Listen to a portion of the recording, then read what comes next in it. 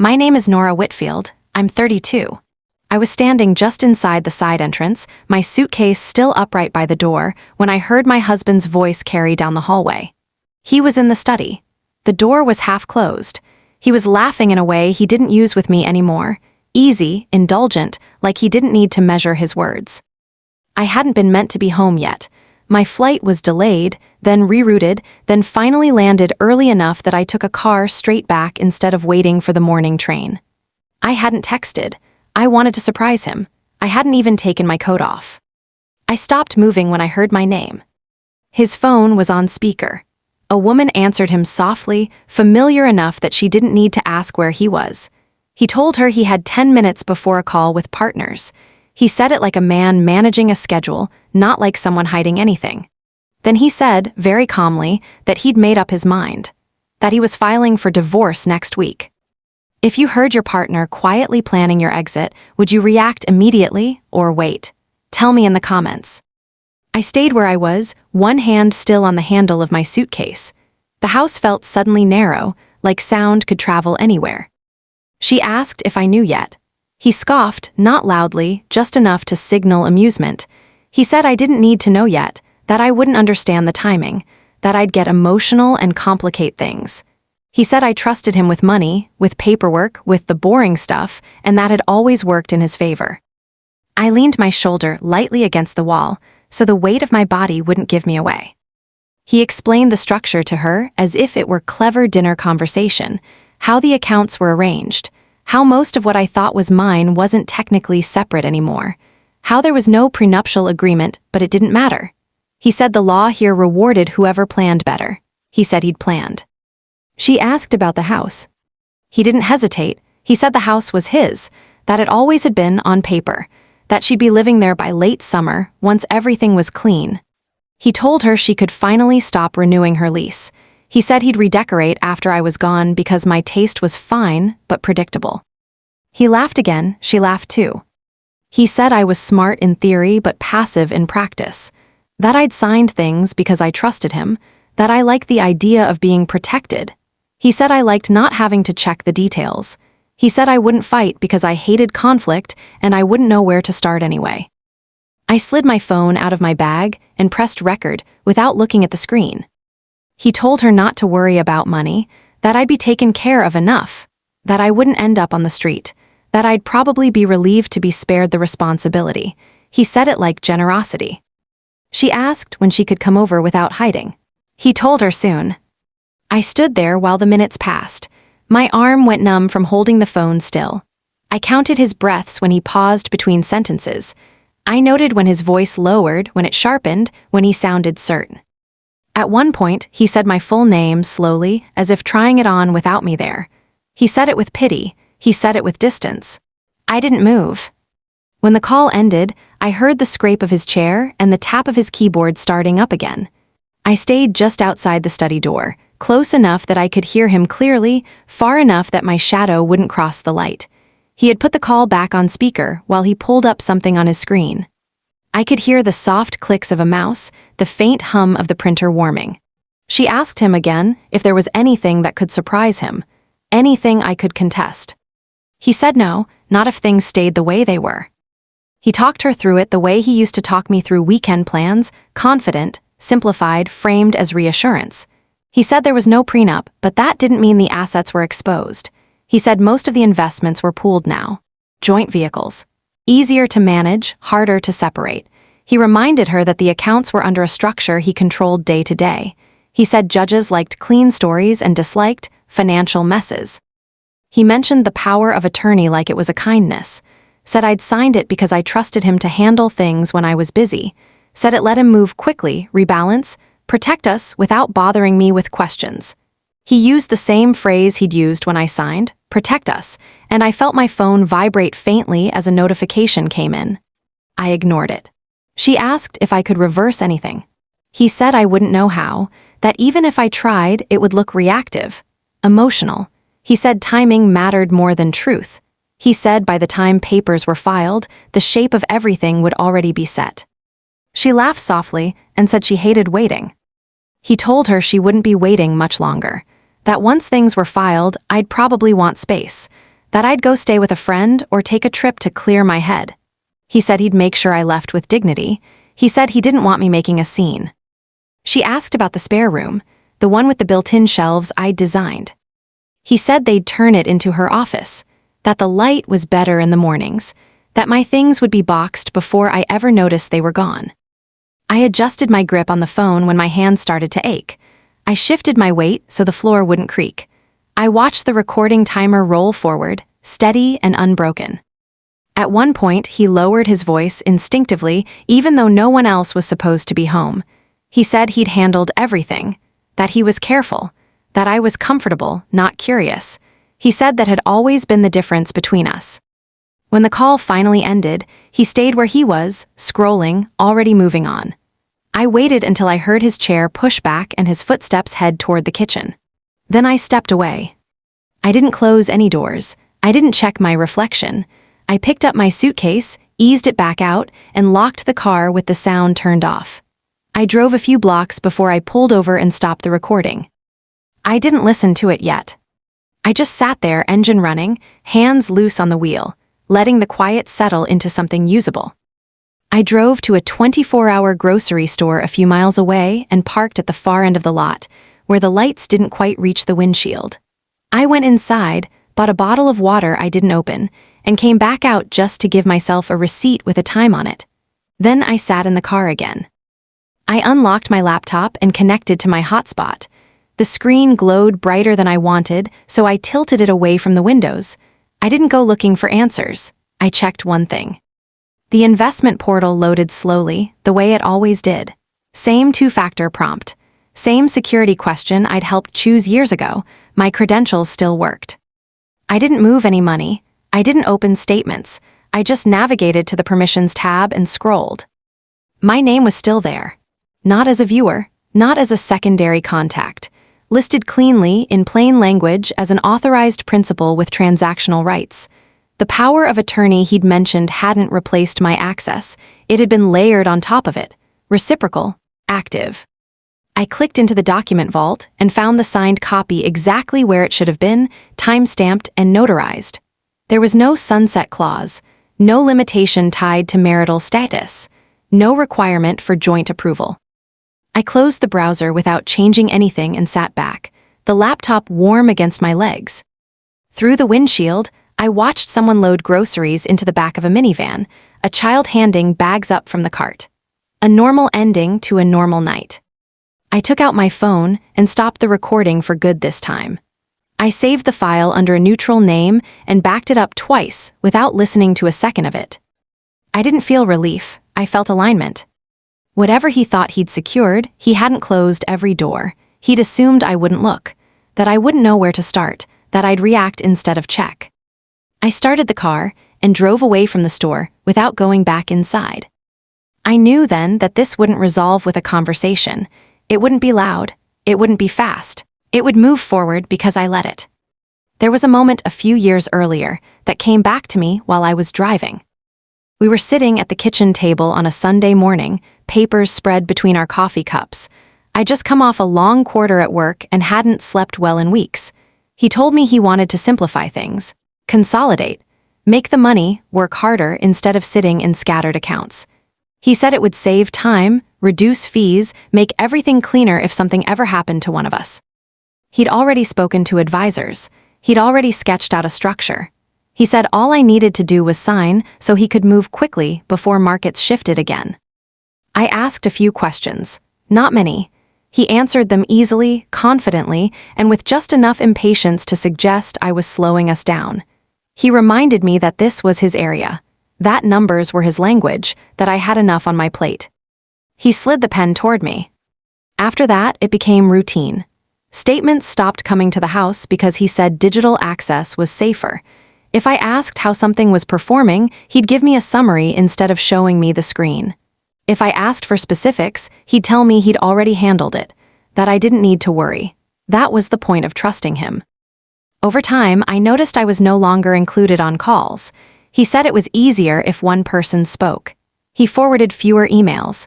He framed it as efficiency, as protection from noise. Once, I asked for login access to one of the larger accounts because I wanted to review something myself. He told me he'd get it to me later, then never did. When I followed up, he laughed lightly and said I didn't need to double-check him. He said I should save my energy. I stopped asking. None of it stood out on its own. Each choice made sense in isolation. Together, they formed a shape I hadn't named until much later. That night, parked alone with the engine humming, I could see it clearly. Not a single decision. A series of small ones all pointed in the same direction. Access narrowed. Information filtered.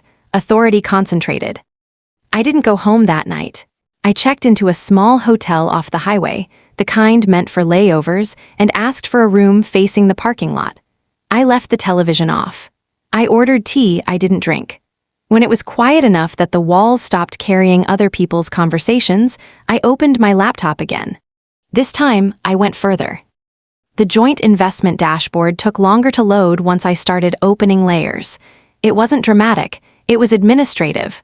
Drop-down menus, export buttons, timestamps that didn't care who was looking at them. The first thing I saw was what wasn't there anymore. Positions I remembered approving years earlier, steady, boring holdings, were gone, not rebalanced. Closed, fully liquidated in a series of transactions spaced just far enough apart to avoid attention. The proceeds didn't sit anywhere familiar. They moved through holding accounts I didn't recognize, then disappeared again. I followed the trail slowly, clicking through entity names that meant nothing on their own. Each one led to another.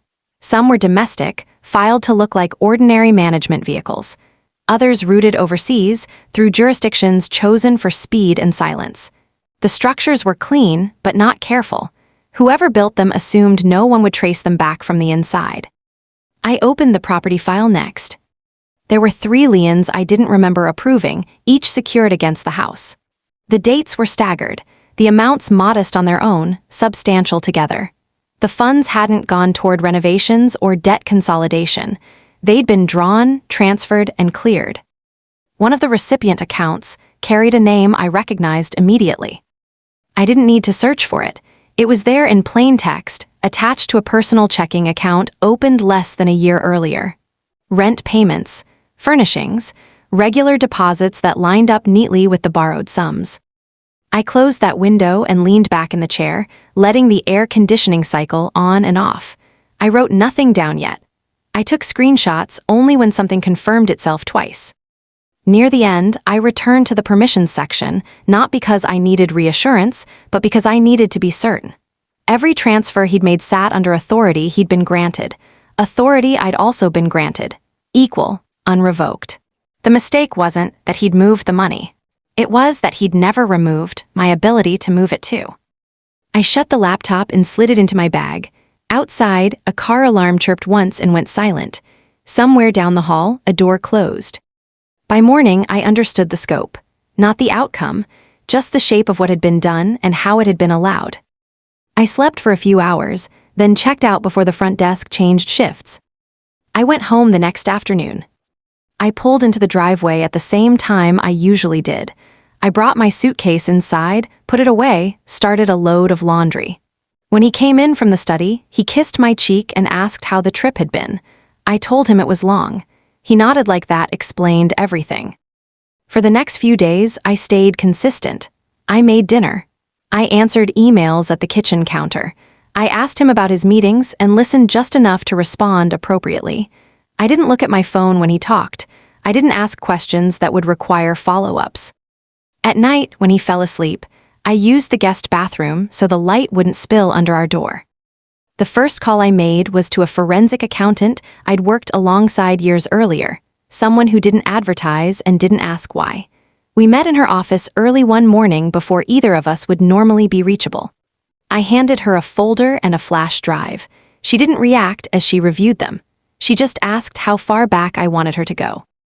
She confirmed what I already knew. The money hadn't vanished. It had been moved, sloppily enough that every step could be reconstructed. She told me it would take time, but not imagination. The divorce attorney came next. I chose one who asked fewer questions than expected and listened longer than most. I didn't give her everything. I gave her enough. She told me not to file first. She said timing mattered. She said letting him move would give us leverage we couldn't manufacture later. I thanked her and did what she advised. The investigator was the last piece. He came recommended by someone I trusted, and he worked quickly, too quickly to be theatrical. Within days, he confirmed that the woman I'd heard on the call wasn't financially independent. Her apartment wasn't hers. Her credit wasn't clean. The payments supporting her life traced back to accounts tied to my husband. He didn't editorialize, he just sent reports. At home, nothing changed. We ate at the same table. He complained about traffic. I folded his shirts the way he liked, sleeves aligned, buttons fastened. I laughed at a story he told me about a client dinner I now knew she'd attended under a different name. I kept my calendar full and my voice even. I stored documents in places he'd never open. I took calls in my car and deleted them from my log. When he asked if everything was okay, I said yes and meant that I was functioning. Each day added weight, not urgency. There was no rush. The structure was already in place. All I had to do was keep it intact until it was time to let it move. He chose a Sunday evening. Dinner was already done. The dishes were drying in the rack. He waited until I sat down on the couch with a book I wasn't reading before he spoke. He didn't sit next to me. He took the chair across from where I was, angled toward me like this was a meeting. He said he'd been doing a lot of thinking. He talked about distance, about how we'd both been busy, about how people grow in different directions and don't always notice until it's too late. He kept his voice low and careful, the way he did when he wanted to sound reasonable. He said he didn't want this to turn into something ugly. When I didn't interrupt him, he relaxed. He told me he cared about me, that he respected me, that this wasn't about blame. He said he wanted us to handle things like adults, without lawyers fighting over every detail. I closed the book and set it on the table beside me. I asked him what he was proposing. He said a separation. He said space would help us be clear-headed. He said we could keep things simple and private. He said he'd make sure I was comfortable while we figured out next steps. I nodded once, not an agreement, just acknowledgement. I told him I didn't have the energy to fight. I said if this was what he needed, I wouldn't stand in the way. I said I wanted things to stay calm. He exhaled like he'd been holding his breath for days. He reached for my hand and squeezed it briefly, then let go. He said he appreciated how level-headed I was being. He said he knew this couldn't be easy for me. I asked how soon he was thinking. He said soon, but not rushed. He said he'd handle the logistics, that I didn't need to worry about the details right now. When he stood up, he looked lighter. He kissed the top of my head and went back to the study, already typing an email before the door closed behind him. I stayed where I was until I heard his chair slide back under the desk. Then I picked up my book again and turned the page. I didn't do anything that night. I waited until the house settled into its usual rhythms, lights off in the study, the sound of the shower running, his phone charging on the nightstand. The next morning, after he left early for a meeting, I made coffee and opened my laptop at the kitchen table. I moved carefully, nothing sudden, nothing that would register as panic. The first transfers were internal, permitted under the existing authority. Funds shifted from shared vehicles into accounts already flagged for my use, ones I'd kept open out of habit more than intention. I didn't drain anything. I redistributed, balanced exposure, created distance without creating absence. I changed no passwords. I didn't block access. I documented every step. Ownership adjustments came next. Titles updated where they could be, beneficiaries corrected where they should have been years earlier. It was administrative work, the kind that looks innocuous when done one line at a time. I scheduled filings to process over several days so nothing landed at once. In the afternoons, I took walks around the neighborhood with my phone on silent and returned calls from the car. One went to a regulatory office that accepted tips without names attached. I asked procedural questions. I provided account identifiers and timelines. I was careful not to frame anything as an accusation.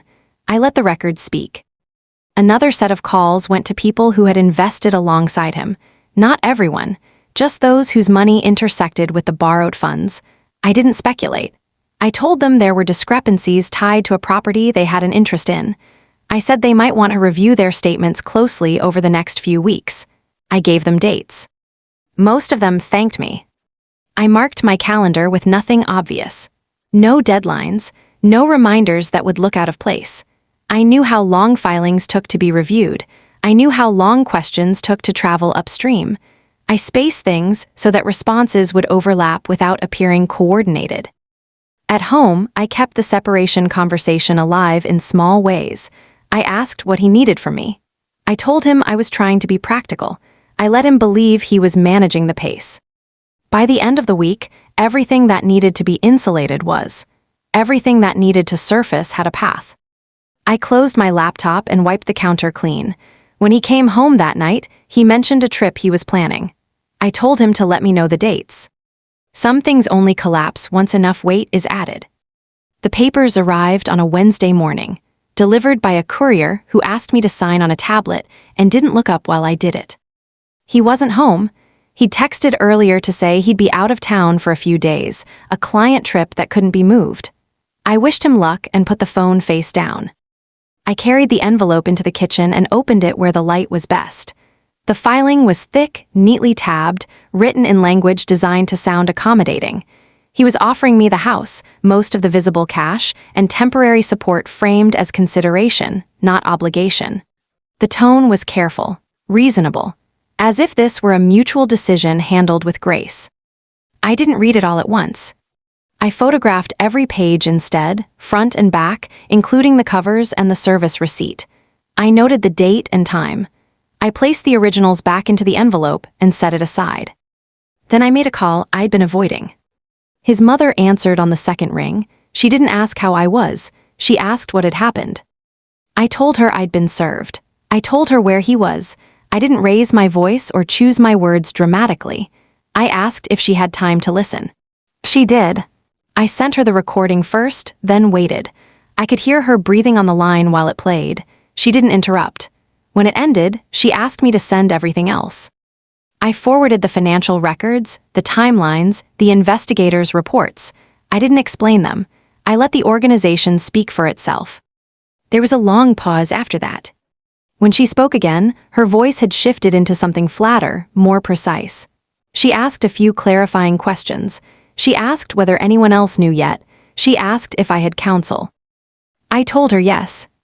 She said she was ashamed, not of me, of him. She said she'd raised him to understand consequences.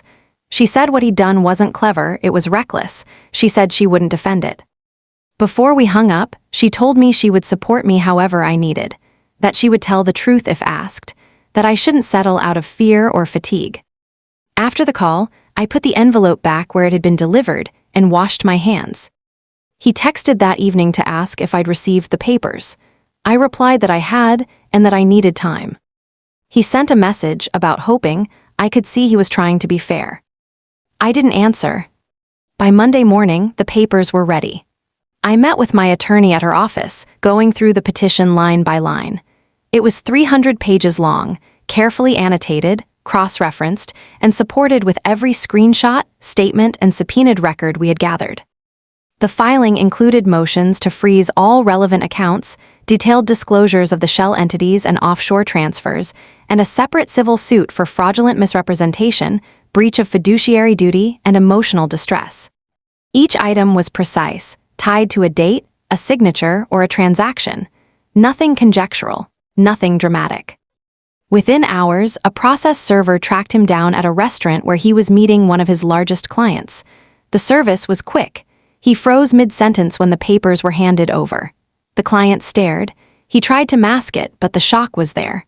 I saw the footage later, his hand trembling slightly, the color leaving his face. That evening, he returned home. I was in the kitchen, slicing vegetables for dinner. He stepped inside, paper in hand, and dropped it on the counter. His voice was tight, accusing. "Did you freeze the accounts?" he asked. I didn't stop chopping. I didn't raise my voice. I didn't hesitate. "Yes," I said. "Because of the transfers into accounts under your mistress's name, I notified investors and the regulators. Every transaction can be traced, every risk documented." He ran a hand over his face. His jaw tightened. He took a step closer. "You can't." "I can," I said evenly, and I did. He turned sharply, stormed out, and didn't return that night. The next morning, he moved into the apartment he'd been renting for her, leaving the house and the control he thought he had behind. The house was quiet again, but this time I wasn't waiting. I was watching the pieces settle. The depositions began 2 weeks later. I sat quietly in the back of the conference room while he answered questions under oath. Each time he tried to explain or deflect, my attorney produced emails, bank statements, and transaction logs. His explanations grew shorter, his posture tighter. The audio recording from that night, the conversation he thought no one would ever hear, was entered as evidence. The judge paused to listen. When it finished, he leaned forward, eyebrows low, and remarked on the record that the behavior documented was morally questionable and potentially criminal, though he said it without emphasis, as if stating an objective fact. Every lie he told, the timing of the transfers, the source of the shell accounts, the purpose of the loans against the house, was systematically dismantled with hard documents. Each answer he gave was met with a timestamp, a signature, or a corroborating record. I watched him shrink slightly with each revelation, not in panic, not in fear, just the slow realization that the narrative he had carefully constructed was unraveling piece by piece. At the end of the week, my attorney updated me on the next steps. We had pressure points, leverage points, timelines. Nothing abrupt, nothing flashy, just steady, incremental tightening. Each motion, each filing, each cross-reference was designed to make evasion impossible. At home, the routine continued. I made dinner, I answered texts, I folded laundry. The outside world saw normalcy. Behind the scenes, the consequences were accumulating. It took a few weeks, but the ripple from the regulatory filings reached the right offices. The investigator called first. Amber, his mistress, had been arrested. Credit card fraud, identity falsification. Small amounts, repeated over years. She had been living on funds traced directly to him. By the end of the day, she was cooperating. The authorities wanted statements, bank records, timelines, everything lined up neatly with what I had already documented. I didn't speak to her directly. I didn't need to. Within days, the federal investigation added him to the list. Wire fraud, money laundering, conspiracy. The charges were formal and they were public. The filings referenced accounts, transactions, and transfers I had quietly preserved, each with timestamps, signatures, and corroborating documents. He called our attorney in a panic. She listened and typed. He called again, asking questions about exposure, about what documents had been shared. He sent messages through intermediaries. I answered his brief texts without commentary, but I could see it from the small shifts. The missed calls, the sudden cancellations of client meetings, the tension in emails. He had no control. Amber's cooperation had triggered a chain, and the timeline we had quietly set was moving toward him faster than he could react. For the first time, he started to ask my attorney about settlements. The first meeting was quiet. We sat across from each other at the mediator's table, my attorney beside me, his across from him. He offered the usual. A lump sum, the house, a share of liquid assets, and permanent maintenance framed as generous, with a quiet request that I agree not to pursue the federal investigation or the civil claims. He said it was fair and that it would save both of us time and stress. I didn't answer immediately. I listened, took notes, and let him finish. When he paused, I spoke. I didn't debate the amount. I didn't question his motives. I said the offer wasn't acceptable. I wasn't interested in money if it meant ignoring what had been done. I said I wanted accountability, full disclosure, public cooperation, a confession, full restitution, and a written apology to the investors. My attorney had it drafted clearly. My expectations were precise, legally enforceable, and non-negotiable. He sat back and ran his hand over his face. His breathing was uneven. He asked if I was serious. I repeated the terms calmly and told him that if he refused, I would follow through on every pending motion, every filing, and every civil claim. There was a long silence. He asked questions about timelines, penalties, and exposure. I answered succinctly, letting the documents speak. By the end of the session, he signed, not enthusiastically, not relieved, but he signed. There was no other option left for him. When the papers were filed and confirmed, I packed my notes away. Everything that needed to be documented, documented. Everything that needed to be settled, settled. The courtroom was quiet that morning. I arrived early, sat near the back, and organized my notes on the bench in front of me. Rachel, my lawyer, was beside me, papers stacked neatly. Victoria, his mother, and Sarah, my friend, followed a few minutes later. When he walked in, he avoided eye contact. He moved through the rows with careful steps, hands folded, face pale. The judge called the session to order. He stood and entered his plea. Guilty, wire fraud, money laundering, conspiracy. He spoke slowly, each word measured, acknowledging his actions and the consequences he would face. The prosecutor outlined the recommended sentence: 7 years in federal prison, 5 years of supervised release, and full restitution to the investors. The judge read it aloud, then looked at him, pausing on the record to note that his behavior had been deliberate and damaging, yet the plea showed a willingness to accept responsibility. He turned briefly toward me. His voice was low, a single apology, that I had always been stronger, that he had made choices that destroyed what we had built. I didn't respond. I didn't nod. I didn't need to. I listened, acknowledged in my mind, and filed it away like any other piece of the process. When the gavel fell and he was remanded into custody, the room exhaled. Not triumphantly, not dramatically, just an ending to a process that had been deliberate, precise, and unavoidable. I left the courthouse with Rachel, Victoria, and Sarah close by. Outside, the air smelled like winter, crisp and neutral. I didn't speak much. I let the city move around me while the weight of the procedure settled into fact. The reporters waited outside, cameras aimed and pens ready. One question reached me, pointed and expectant. I answered with a single sentence: that justice was refusing to be silenced and choosing to act when wronged. I stepped inside immediately afterward. At home, the rooms felt different. Lighter. Empty in ways that weren't absence, just space. I rearranged a few things, moved his desk chair back against the wall, left the table clear. Nothing flashy, just control of my environment returned. A week later, I accepted a consulting role in Boston. It was the first time I made a decision solely for myself, without considering his schedule, his influence, or his perception. The office was smaller, more structured, and my calendar fuller than it had been in years. Sarah visited often. Victoria checked in regularly. Calls and texts were brief, practical, warm. They asked how I was managing, if I needed anything, and then let me go back to the routines I had rebuilt. There was no celebration, no champagne, no banners, just quiet routines, coffee in the morning, paperwork reviewed, client calls scheduled, meals cooked. I had reclaimed time, space, and decision-making. That was enough for now. It arrived on a Tuesday, handwritten, tucked into a plain envelope with no return address.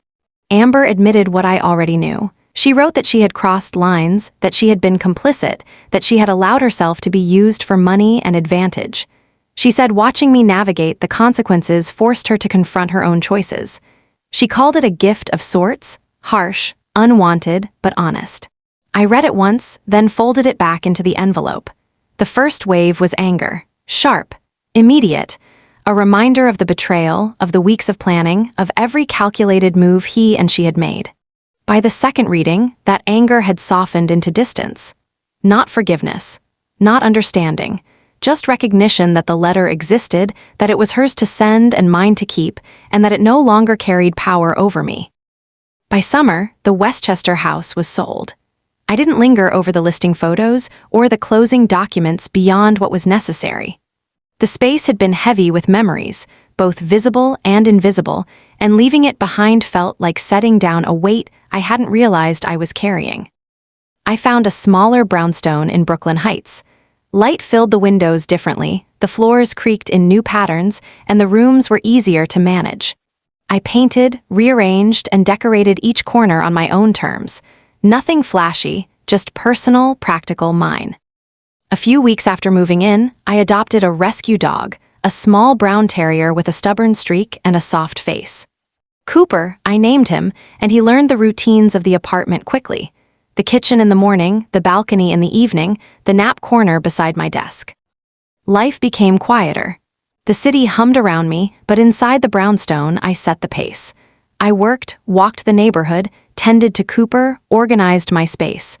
I made choices without calculation for someone else, without needing to anticipate hidden agendas. It wasn't freedom in the dramatic sense. It was simple, practical control.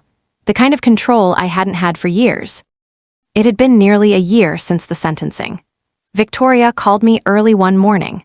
Marcus had been transferred to a minimum security facility and enrolled in education and therapy programs. She mentioned, almost casually, that he had written a letter for me but had been hesitant to send it. I thought for a moment, then agreed to receive it. I asked for it to be delivered directly to my apartment, unopened until I had time to sit quietly.